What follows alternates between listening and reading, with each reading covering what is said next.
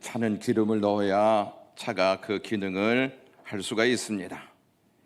기름이 없으면 아무리 좋은 차라 할지라도 차는 가지 못합니다.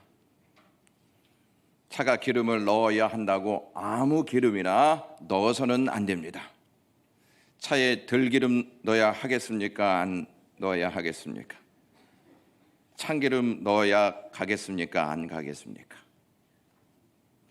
휘발유차에 경유를 주유하면 되겠습니까? 안 되겠습니까? 경유차에 휘발유를 넣으면 되겠습니까? 안 되겠습니까?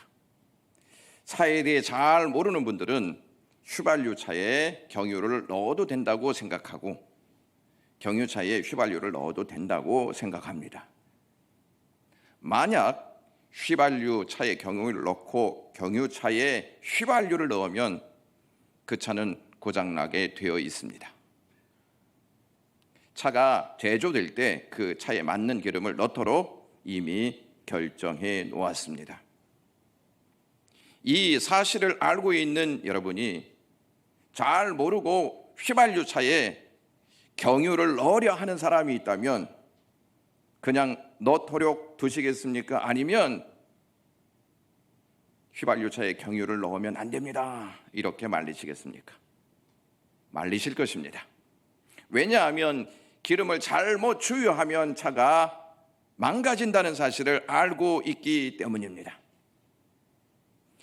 차만 기름을 채워야 하는 것이 아니라 우리도 채워야 살 수가 있습니다. 우리가 채워야 할 것은 다름 아닌 하나님의 사랑인 줄로 믿습니다. 하나님의 사랑이 아닌 다른 것으로 우리의 심령을 채운다면 반드시 우리의 삶은 망가지게 될 것입니다. 우리가 휘발유차에 경유를 넣으려는 사람을 보면 말리려고 하면서 정작 우리는 하나님의 사랑 이외에 다른 것으로 우리의 심령을 채우려고 한다는 것입니다. 이것만큼 잘못된 것이 또 무엇이 있겠습니까? 우리가 생각하기에 좋은 것이라 여기는 것을 우리의 심령에 가득 채워도 된다고 생각하는데 우리의 심령에 하나님의 사랑이 아닌 아무리 좋은 것으로 가득 채운다 할지라도 언젠가는 반드시 망가지게 되어 있습니다. 이러한 사실을 알고도 여러분들은 계속 하나님 사랑 이외에 다른 것으로 채우고 싶습니까? 작년 12월에 민주노총의 파업으로 운송물자가 출하하지 못하자 공급 부족으로 휘발유와 경유값이 막 치솟아 올랐습니다. 급기야는 주유소가 휘발유와 경유가 없어서 판매를 중지한다는 내용도 붙인 곳이 있었습니다. 세상은 상황에 따라 공급이 달라질 수 있습니다. 그러나 하나님의 사랑은 풍성하기 때문에 언제든지 어떠한 상황에서든지 공급받을 수 있습니다. 사실 우리의 상황은 우리에게 공급보다는 마르게 할 때가 더 많이 있습니다. 공급해 주어도 그것은 영원하지 않기 때문에 잠시에 불과합니다. 하나님의 사랑은 마른 우리의 심령을 풍성히 채우는 능력이 있습니다. 어느 권사님이 올해의 말씀을 율법을 다 지켜 행하라 하는 내용을 받으셨다고 합니다. 그 말씀을 딱 받고 난 다음에 내가 이것을 어떻게 다 지킵니까? 라고 무거운 마음에 하나님께 호소했다고 합니다. 그래서 제가 그 권사님께 주의 풍성한 사랑을 매일 한 바가지씩 떠서 드십시오, 이렇게 이야기했습니다. 우리의 힘으로 지킬 수 있는 것이 무엇이 있겠습니까? 주의 사랑을 채우지 않으면 우리는 결코 일어설 수도 없고 전진할 수도 없고 순종할 수도 없습니다. 우리는 1월 첫째 주 설교를 들었습니다. 주의 풍성한 사랑을 채우는 교회라는 제목이었습니다. 둘째 주의 설교는 주의 풍성한 사랑을 힘입는 교회라는 주제로 말씀을 같이 나누었습니다. 주의 풍성한 사랑을 채우는 목적은 그 사랑을 힘입기 위해서입니다.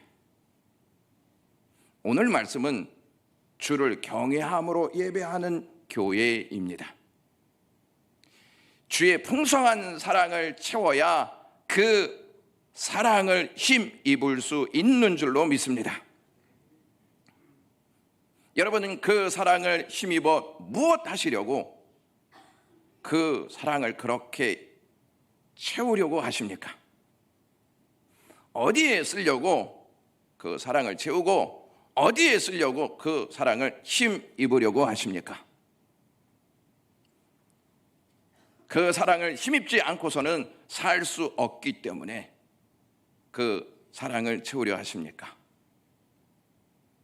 다윗은 주의 풍성한 사랑을 힘입으려고 하는 뚜렷한 목적이 있었습니다.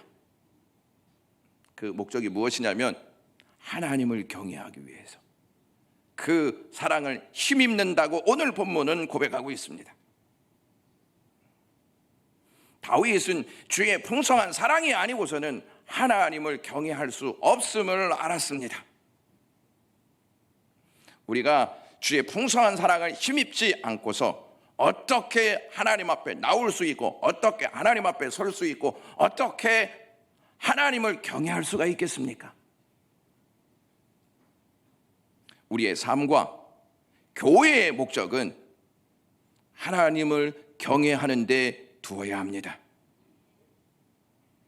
그런데 이 시대 우리와 교회의 문제 중 가장 큰 문제가 무엇이냐면 하나님을 경외하지 않는 데 있다는 것입니다.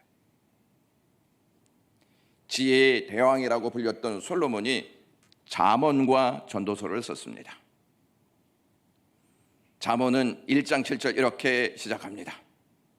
여호와를 경외하는 것이 지혜의 근본이거늘, 이렇게 시작해서 마지막 31장 30절에 오직 여호와를 경외하는 여자는 칭찬을 받을 것이다, 이렇게 마칩니다. 전도서는 헛되고 헛되고 헛되도다 하는 말로 시작해서 마지막 12장 13절에 하나님을 경외하고 그 명령을 지킬지어다, 이것이 사람의 본분이니라, 이렇게 말씀하면서 마칩니다. 그러므로 잠언과 전도서의 핵심 메시지는 하나님을 경외하라입니다. 하나님을 경외함이 모든 지혜의 시작이고 지식의 기초라고 잠언은 말씀합니다. 전도서는 하나님을 경외함이 인간의 마땅한 본분이라고 알려주고 있습니다. 지혜의 대왕인 솔로몬은 왜 이 말씀을 우리에게 남겼을까요? 사실 솔로몬은 당대 최고의 지혜를 가진 왕으로 그 지혜를 듣기 위해서 이방국가 여왕도 찾아올 정도였습니다. 솔로몬의 지혜는 하나님이 주신 은혜였습니다. 열왕기상 3장 11절과 12절 말씀에 보시면 오직 송사를 듣고 분별하는 지혜를 구하였으니 내가 내 말대로 하여 내게 지혜롭고 총명한 마음을 주노니 내 앞에도 너와 같은 자가 없었거니와 내 뒤에도 너와 같은 자가 일어남이 없으리라, 이렇게 말합니다. 분명히 하나님이 주셨다고 말씀하고 있습니다. 여기서 분별하는 지혜는 하나님께 구하고 하나님께 들음으로 선악을 분별하고 옳고 그름을 파악하는 능력입니다. 솔로몬은 하나님이 주신 지혜로 나라를 이끌었고 백성들을 돌보았습니다. 그리고 성전을 건축하는 위대한 역사도 남겼습니다. 하지만 솔로몬이 지혜롭지 못한 선택을 하기 시작하여 하나님과 결국 거리를 두게 되었습니다. 그 기점은 이방 여인을 아내로 맞이한 때부터 시작되었습니다. 솔로몬이 이방 여인을 아내로 맞이한 것은 하나님의 말씀을 듣지 못해서가 아니라 하나님보다 이방 여인을 더 사랑했기 때문입니다.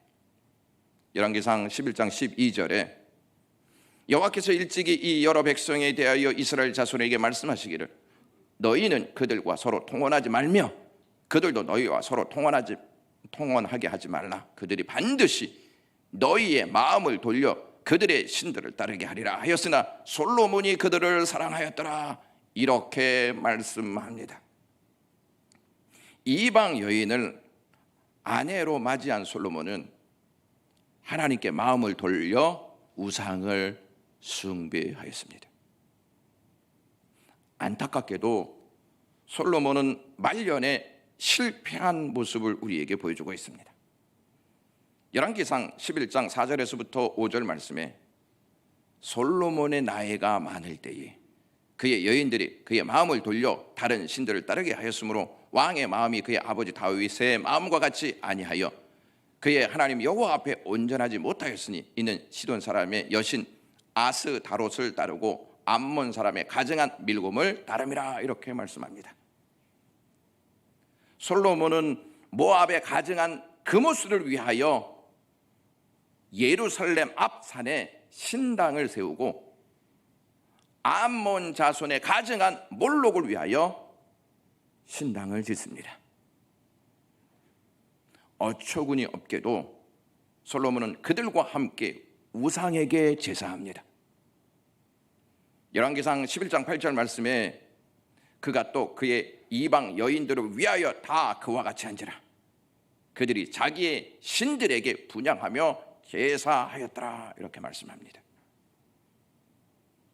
하나님이 주신 지혜로 복을 받은 솔로몬은 지금 무슨 짓을 하고 있는 것입니까? 하나님은 솔로몬에게 나타나셔서 거듭 명령하시기를 다른 신을 따르지 말라. 이렇게 말씀하셨습니다. 그러나 솔로몬은 하나님의 명령을 지키지 않았습니다. 하나님의 명령을 지키지 않았다는 말은 하나님의 명령을 거부했다는 뜻입니다. 열왕기상 11장 10절 말씀에 이 일에 대하여 명령하사 다른 신을 따르지 말라 하셨으나 그가 여호와의 명령을 지키지 아니하였으므로. 이렇게 말합니다. 남녀노소 지위 고하를 막론하고 사람은 자신들이 더 사랑하는 것을 섬기고 따르게 되어 있습니다. 이렇게 지혜의 대왕인 솔로몬이 왜 이렇게 변질될 수가 있는 것입니까? 하나님의 음성을 들음으로 지혜를 얻었던 솔로몬은 듣는 데서 딱 멈춰버립니다. 그는 듣는 데서 멈춰 서게 됩니다. 그를 듣는 데서 멈춰 서게 한 것은 교만이었습니다. 교만은 하나님의 말씀을 듣는 마음에서 이방 여인의 말을 듣는 마음으로 변질시킵니다. 하나님을 사랑하는 마음에서 이방 여인을 더 사랑하는 마음으로 변질시킵니다. 교만은 가장 사랑해야 할 하나님을 덜 사랑하게 만들고 하나님보다 더 사랑하는 것을 선택하게 만듭니다. 솔로몬은 듣는 마음에서 하나님을 아는 마음으로 넘어가야 했는데 듣는 데서 딱 멈췄습니다. 교만은 하나님을 덜 알게 만듭니다. 하나님을 더 알아야 하는데 하나님을 덜 알게 만든다는 것입니다. 그리고 듣던 귀도 막아버립니다. 교만이 그렇게 한다는 사실을 주목하셔야 합니다. 솔로몬은 하나님의 음성을 듣기는 했지만 결국 이방신을 섬기는 어리석은 삶으로 추락했습니다. 이를 뒤늦게 깨달은 솔로몬은 죽음을 앞두고 이렇게 외칩니다. 전도서 12장 13절 말씀입니다. 이 일의 결국을 다 들었으니 하나님을 경외하고 그 명령을 지킬지어다. 이것이 사람의 본분이니라. 현대인 성경으로 읽어드리겠습니다. 이제 모든 것을 다 들었으니 결론은 이것이다. 하나님을 두려운 마음으로 섬기고 그의 명령을 순종하라.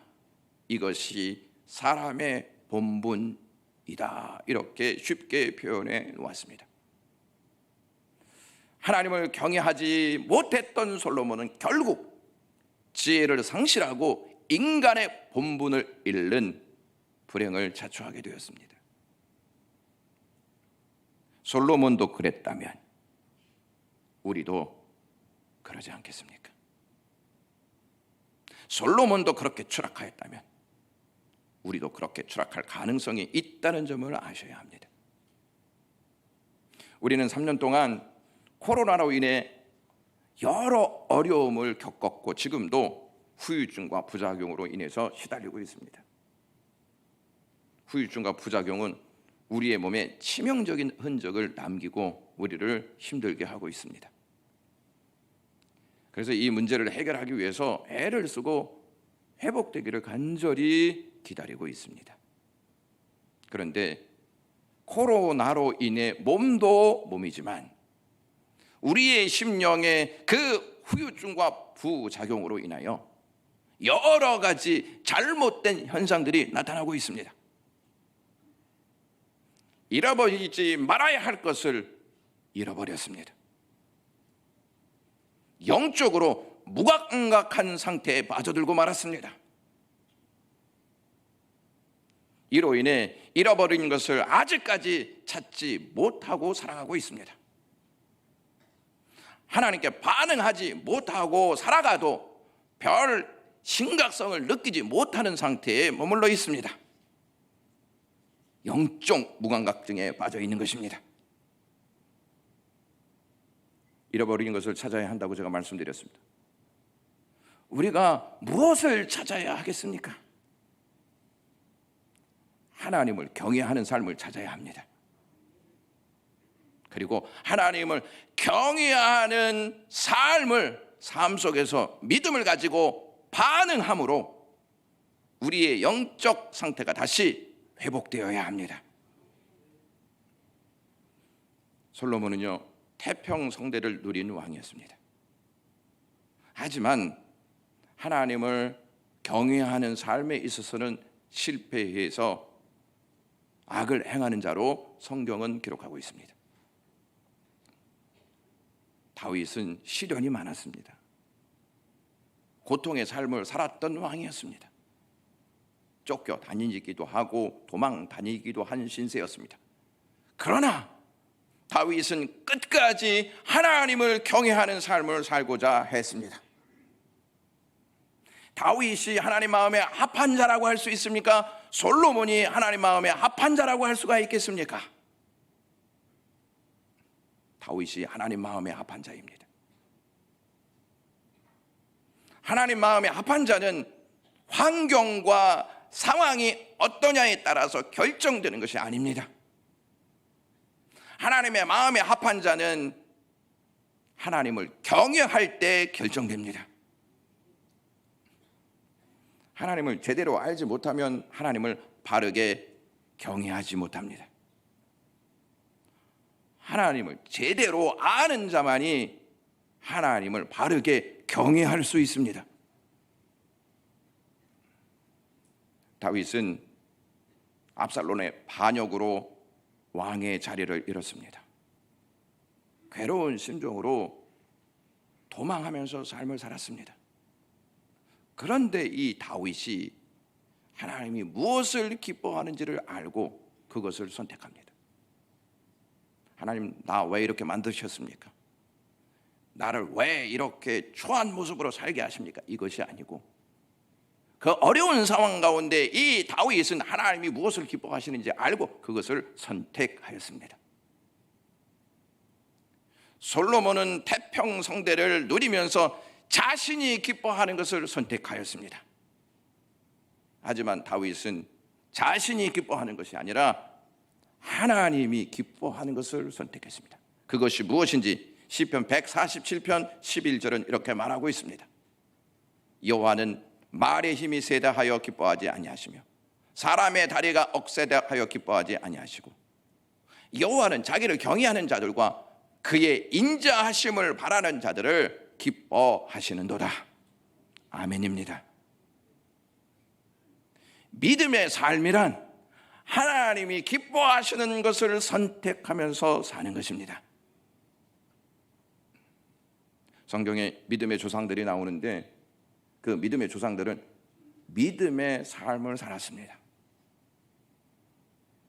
야곱은 그의 할아버지 아브라함과 아버지 이삭이 하나님을 어떻게 섬겼는지 창세기 31장 42절에서 이렇게 밝히고 있습니다. 우리 아버지 하나님, 아브라함의 하나님, 곧 이삭이 경외하는 이라고 말하고 있습니다. 그들은 하나님을 경외함으로 하나님이 기뻐하시는 삶을 살았습니다. 신학자 존 머리라고 하는 분이 경건의 정수는 하나님을 경외하는 것, 하나님을 두려워하는 것이다 이렇게 말했습니다. 여러분, 그렇다면 하나님을 경외하는 것이 도대체 무엇입니까? 하나님을 경외한다는 말씀은 하나님을 두려워한다는 뜻입니다. 이 시대에 우리와 교회가 직면한 가장 큰 문제는 하나님을 경외하지 않습니다. 하나님을 두려워하지 않는다는 말씀입니다. 내가 원하는 대로 선택하고 내가 원하는 대로 하나님 앞에 나오고 하나님을 전혀 의식하지 않고 있다는 말씀입니다. 어느 랍비가 로마를 방문하게 되었습니다. 그는 우연히 왕후의 장신구를 줍게 되었습니다. 그런데 왕은 왕후의 장신구를 30일 내에 가지고 오면 상금을 줄 것이고 30일 이후에 가지고 있는 것을 발견하게 되면 사형에 처할 것이다 이렇게 명령하였습니다. 그런데 31일째가 되었을 때 랍비는 왕후의 장신구를 가지고 왕에게 왔습니다. 왕이 이렇게 말합니다. 30일 전에 포고문을 보지 못했습니까? 랍비는 보았습니다 이렇게 말했습니다. 왕은 30일이 지나면 사형에 처할 것이라는 사실을 알지 않았습니까? 그러자 이 랍비가 예 알았습니다 이렇게 말했습니다. 왕이 말하기를 그렇다면 왜 어제 가지고 오지 않았습니까? 어제 가지고 왔으면 상을 탔을 것이고 오늘 가지고 와서 목숨이 아깝지 않습니까? 이때 랍비가 이렇게 대답합니다. 만일 30일 전에 돌려주었으면 당신을 두려워하거나 아니면 상을 타려고 한다고 오해받았을 것입니다. 내가 오늘 가지고 온 것은 상을 타기 위함도 아니고 당신도 두렵지 않고 나의 두려움의 대상은 오로지 하나님이신 것을 알게 하기 위함입니다 이렇게 말했습니다. 이 말을 듣고 왕은 그런 하나님을 가진 당신에게 경의를 표합니다 이렇게 말했다고 합니다. 사랑하는 영광교회 가족 여러분, 하나님을 경외하시면서 사십니까? 하나님을 두려워하고 계십니까? 우리가 하나님을 향한 두려움을 생각하면 하나님은 막 심판하시는 하나님, 막 분노하시는 하나님, 이러한 인식이 강하게 떠오릅니다. 그래서 하나님을 두려워해서는 안 되고 성경은 하나님을 향한 두려움을 심판과 분노에 대한 인식이 생겨서 그렇게 해서는 안 된다고 말하고 있고 오히려 그 두려움은 그분의 영광스러움과 그분의 사랑을 바라볼 때 생겨난다고 말하고 있습니다. 다시 말해서 그 두려움은 우리가 하나님의 어떠하심을 제대로 헤아릴 때 나타난다는 것입니다. 하나님을 정확하게 알 때 하나님을 바르게 경외할 수 있다는 말씀입니다. 스펄전 목사님이 이렇게 말했습니다. 우리가 하나님 앞에서 두려워하는 이유는 그분을 겁내기 때문이 아니라 그분을 즐거워하기 때문입니다. 우리가 주님을 더욱 두려워할 수 있도록 그분을 더 깊이 사랑하게 되어집니다. 이렇게 이야기했습니다. 하나님을 경외함으로 섬기는 자들은요, 떨며 즐거워합니다. 시편 2편 11절 말씀 보시면 여호와를 경외함으로 섬기고 떨며 즐거워할지어다 이렇게 말하고 있습니다. 또한 예수님의 부활을 목격한 두 여인들이 무서움과 큰 기쁨으로 빨리 무덤을 떠났다 이렇게 말하고 있습니다. 하나님은 의로운 분이시기 때문에 떨 수밖에 없습니다. 그러나 의로우신 하나님이 우리의 인자한 아버지가 되시기 때문에 즐거워할 수 있습니다. 인자하신 아버지 하나님은 심판받아 마땅한 우리에게 예수 그리스도를 보내주심으로 사랑으로 구원을 이루셨습니다. 이 땅에 오신 예수님은 다윗처럼 배신당했고 아픔을 겪었고 고통 속의 삶을 사셨습니다. 더 나아가 예수님은 골고다 언덕에 오르셔서 십자가에 달려 돌아가셨습니다. 예수님이 그 일을 모르고 오셨을까요? 다 하셨습니다. 그리고 예수님 자신이 치루셔야 할 것도 다 하셨습니다. 예수님은 마지 못해서 억지로 그 일을 감당하시지 않았습니다. 다 아신 주님은 그 길을 피하지 않으셨습니다. 순종함으로 그 길을 가셨습니다. 예수님은 순종하실 때 어떠한 마음으로 순종하셨다고 여러분 생각하십니까? 예수님보다 700년 전에 이 땅에 있었던 이사야 선지자가 예수님이 오시면 어떠한 모습을 보일 것인지 예언해 놓은 내용이 있습니다. 이사야 11장 1절에서부터 3절 말씀입니다. 이새의 줄기에서 한 싹이 나며 그 뿌리에서 한 가지가 나서 결실할 것이요 그 위에 여호와의 영 곧 지혜와 총명의 영이요 모략과 재능의 영이요 지식과 여호와를 경외하는 영이 임하시리니 그가 여호와를 경외함으로 즐거움을 삼을 것이다 이렇게 말하고 있습니다.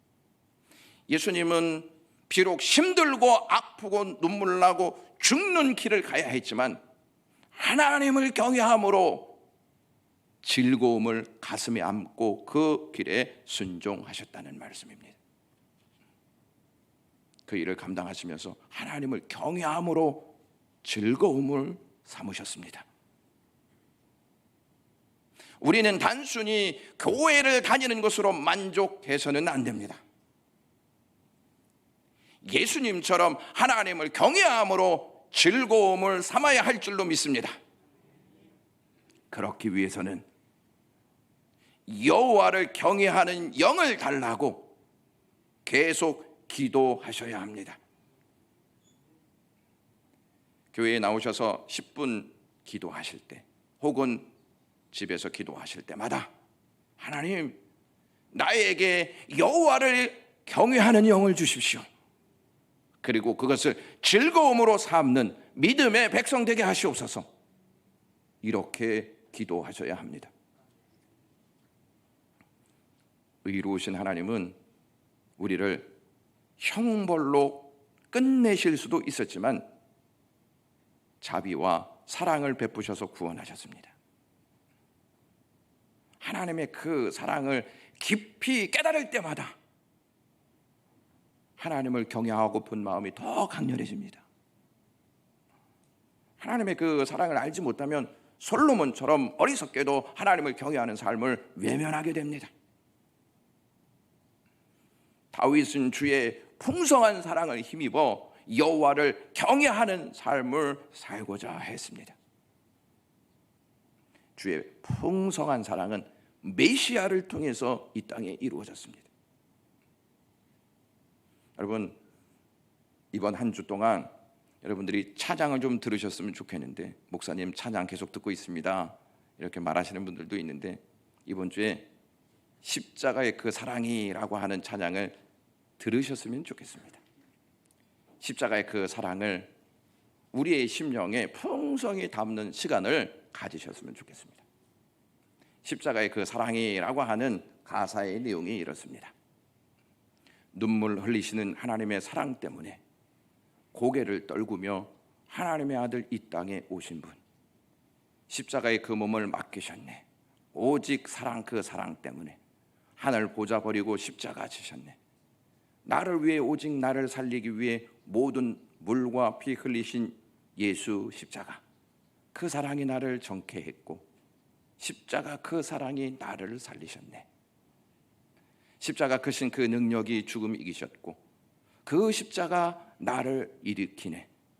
오직 사랑, 그 사랑 때문에 하늘 보좌 버리고 십자가 지셨네. 나를 위해, 오직 나를 살리기 위해 모든 물과 피 흘리신 예수 십자가, 그 사랑이 나를 정케했고 십자가 그 사랑이 나를 살리셨네.